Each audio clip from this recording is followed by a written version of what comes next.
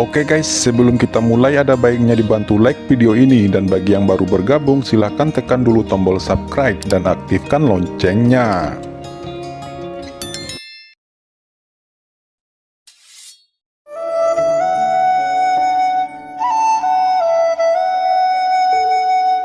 Dua hari kemudian, Luo Mengki akhirnya menemukan jejak istana berkabut. Ketika Luo Mengki mendekati tempat ini, teriakan dingin segera terdengar. Siapa itu? Sekelompok wanita dengan momentum yang luar biasa bergegas keluar, tampak sangat waspada dan melihat sekeliling. "Ini aku," jawab Luo Mengki buru-buru berkata. Qinchen telah lama bersembunyi di kejauhan dan tidak bisa menahan diri untuk bertanya-tanya di dalam hatinya. Apa yang sebenarnya disembunyikan oleh orang-orang dari istana berkabut ini? Pemimpin kelompok itu mengerutkan kening dan berkata, "Luo Mengki, kemana saja kamu selama ini?"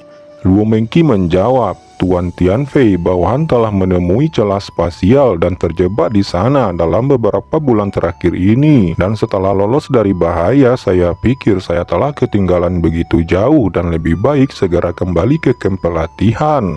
Tetapi saya tidak menemukan satu orang pun di sana." Luo Mengki menjelaskan sambil tersenyum. "Aku tidak tahu harus berkata apa tentangmu," tegas Kaisar Tianfei menggelengkan kepalanya dan berkata, "Kembalilah dan laporkan masalah ini pada pemimpin Hongyan." Hongyan dan sekelompok orang berbaju hitam sedang membuka formasi pembatas. Dia berkata, "Tianfei, siapa itu?" "Luo Mengki, mengapa kamu ada di sini?" Melihat kedatangan Luo Mengki, pemimpin Hongyan mendengus dingin. Baru saja akan menjelaskan, seseorang tiba-tiba menyela, "Baiklah, datang ke sini untuk menggantikanku." Namun seorang pria bertopeng di antara kelompok orang berbaju hitam itu menoleh dan melihat ke Luo Mengki. Qinchen segera merasa bahwa segel jiwa yang dia tanam di benak Luo Mengki telah berfluktuasi.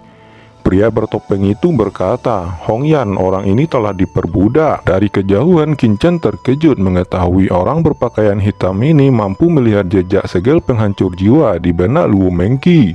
"Cepat pergi!" Qinchen segera memberi perintah kepada Luo Mengki, dan dia merasa jika dia tidak pergi sekarang, Luo Mengki tidak akan memiliki harapan untuk hidup. Luo Mengki tidak ragu-ragu, dia segera mengguncang tubuhnya, berbalik dan pergi dari sana.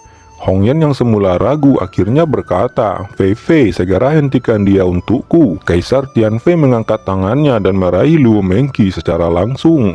Setelah Luo Mengki ditangkap, pria bertopeng itu berkata, "Jangan hancurkan dulu segel pembunuh jiwa ini, biarkan aku melihat siapa yang memperbudak murid istana mistimu." Segera pria misterius itu menembakkan cahaya tajam ke arah kedua mata Luo Mengki.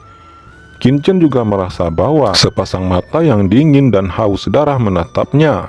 "Kamu sangat berani, tidak hanya berani memperbudak murid Misty Palace, tetapi kamu bahkan berani memata-matai kami di sini. Keluarlah, tunjukkan dirimu," ucap pria bertopeng itu. Dua kekuatan jiwa saling bertabrakan. Sangat sengit, pria bertopeng itu terkejut. Dia berkata, "Apa kekuatan ini?" Ekspresi ngeri muncul di mata pria berpakaian hitam itu, dan segera bayangan jiwanya hancur dilabrak oleh serangan mental Qinchen.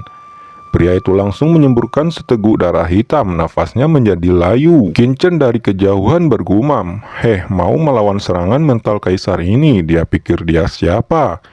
Tapi segel jiwa Luo Mengki harus segera dihapus, kalau tidak semua rahasiaku akan terungkap. Qinchen meremas taktik di jarinya. Sesaat kemudian segel jiwa di benak Luo Mengki meledak dengan cepat. Luo Mengki tidak tewas, tapi Qinchen hanya menghapus beberapa ingatannya.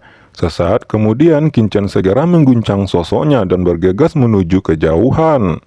Tepat setelah Qinchen pergi, Kaisar Tianfei mendarat di lokasi itu. Dia melihat sekeliling. Dia jelas merasakan fluktuasi spasial di sini. Tetapi ketika dia tiba, dia tidak menemukan jejak sama sekali. Kaisar Tianfei tampak dingin dan segera mengikuti hilangnya fluktuasi spasial dan menelusuri kemana perginya Qinchen. Qinchen telah melarikan diri ke dalam kehampaan dan dia terus-menerus terbang melewati celah-celah ruang spasial itu. Kaisar Tianfei dan yang lainnya akhirnya kembali dengan tangan kosong. Di suatu tempat yang jauh, Qinchen akhirnya berhenti. Tiba-tiba dia terkejut karena seseorang telah mendekatinya secara diam-diam. Sebuah suara terdengar, "Anak muda, kamu bahkan tidak mengenali kaisar ini lagi." "Apa, kucing hitam besar?" gumam Kincen yang telah berkeringat dingin.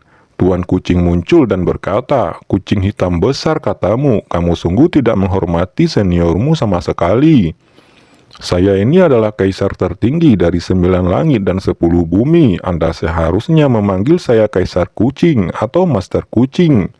Bukannya kucing hitam besar, bukankah itu terlalu jelek?" Kincen berkata, "Dasar kucing mati, kemana saja kamu pergi? Sudah lama tidak terlihat kucing mati ini ternyata semakin gemuk."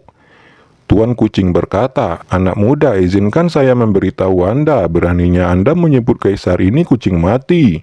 Mata kucing hitam besar itu melotot dan bulu di tubuhnya meledak. Kincen menjawab, "Kemarilah, kamu bisa menunjukkannya padaku. Saya belum melihat Anda untuk waktu yang lama. Apakah Anda telah mampu melawanku?" Kincen terlihat meremehkan. Kucing hitam besar menyeringai dan bergegas menuju Kincen. Kincen mencibir dan melompat. Segera Kincen dan kucing hitam saling bertarung. Yang mengejutkan Kincen adalah kucing hitam besar itu menjadi lebih menakutkan dibandingkan ketika dia berada di alam misterius iblis surgawi. "Hei anak muda, bagaimana bisa kekuatanmu meningkat begitu banyak?" ucap kucing hitam. Kincen meledak menjadi manusia guntur dan langsung membungkus kucing hitam besar di dalamnya. "Ini adalah kekuatan kesengsaraan Guntur. Ternyata kamu yang baru saja telah melewati kesengsaraan Guntur di sini." Kincen menjawab, "Kenapa kamu tidak yakin?" Kincen segera mengeluarkan pedang karat misterius dan memotongnya dengan satu pedang. Kucing berkata, lagi-lagi pedang patah ini. Baiklah, aku akan mematahkannya." Sebelum kata-kata itu jatuh, pedang karat misterius itu telah mengenai kucing hitam besar. Duar! Kucing hitam besar terpental jauh dan semua bulunya berdiri. Dia berkata, "Sial, itu hampir saja membunuhku." Kucing hitam besar itu ketakutan. Dia bergumam, bagaimana bisa kekuatan pedang karat ini tiba-tiba meningkat begitu banyak? Kincen berkata, "Apa kamu mau mencoba jadi kucing bakar?" Di telapak tangan Kincen saat ini api iblis King Lian muncul. "Hentikan, hentikan!" Kucing hitam besar itu buru-buru melompat dan berkata, "Kaisar ini hanya bercanda denganmu, jangan terlalu bersemangat. Kaisar ini adalah orang yang cinta damai. Singkirkan api itu, singkirkan. Kaisar ini akan memberitahu Anda sebuah rahasia." "Rahasia? Rahasia apa?" Kincen memegang api iblis King Lian dan menatap kucing hitam besar itu. Dia bergumam, "Kucing hitam ini asal-usulnya tidak diketahui, tetapi dia tahu akan banyak hal." Kucing hitam berkata, "Kamu singkirkan dulu api itu." Kucing hitam besar itu berkata dengan sedikit ketakutan. Dia melanjutkan, "Apakah kamu telah membunuh iblis alien itu dan membuka formasi pembatasnya?" Kincen terkejut dan berkata, "Apa? Orang-orang berbaju hitam itu adalah iblis alien?" "Apakah kamu tidak tahu?" tanya kucing hitam besar itu menatap Kincen dengan curiga. Dia menjelaskan, "Itu benar, meskipun orang-orang berbaju hitam ini adalah iblis alien, mereka bukanlah iblis alien murni, tetapi keturunan campuran antara iblis alien dan ras manusia. Jika Anda tidak bisa melihatnya, itu normal." Kincen merasa sangat pusing. Kucing hitam besar memandang Kincen dengan jijik dan melanjutkan, "Ras manusia dan ras alien juga bisa kawin silang. Dengan begitu, kekuatan genetik turunannya akan menjadi sangat kuat." Pada saat ini, Skeleton Rider juga muncul. Dia langsung berkata, "Ras manusia dan ras iblis alien memang bisa berhubungan. Sebagai contoh, salah satu anggota sekte setan darah saya, Molly, dia sebenarnya memiliki darah iblis asing di tubuhnya. Jadi setelah mendapat benih parasit, efek sampingnya bahkan lebih kecil. Basis kultivasinya juga akan meningkat lebih cepat." Kincen bertanya dengan kaget, "Apakah Molly memiliki darah ras alien di tubuhnya?" Kincen berpikir, tidak heran dia merasa ada yang salah dengan Molly pada awalnya. Dan aura di tubuhnya terlalu dingin, tidak seperti orang normal pada biasanya. Kincen berkata, "Karena Anda tahu bahwa orang-orang berbaju hitam ini memiliki darah ras iblis alien, mengapa kamu ingin menghentikan saya untuk membunuh mereka? Ras iblis alien membahayakan benua Tianwu saya. Jika Anda tidak menyingkirkannya, akan ada masalah di masa depan." Kucing hitam berkata, "Kamu bodoh, kamu benar-benar bodoh. Memang ada motif tersembunyi bagi keturunan iblis alien ini untuk melanggar batasan di sini, tetapi itu mungkin bukan hal-hal buruk.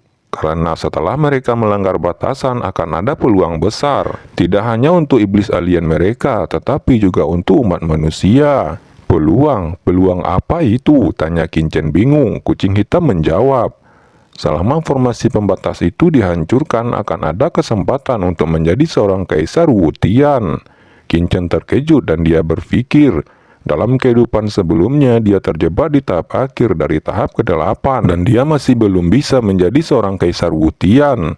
Tetapi kucing hitam besar ini mengatakan bahwa akan ada kesempatan untuk menjadi seorang kaisar Wu Tian di sini.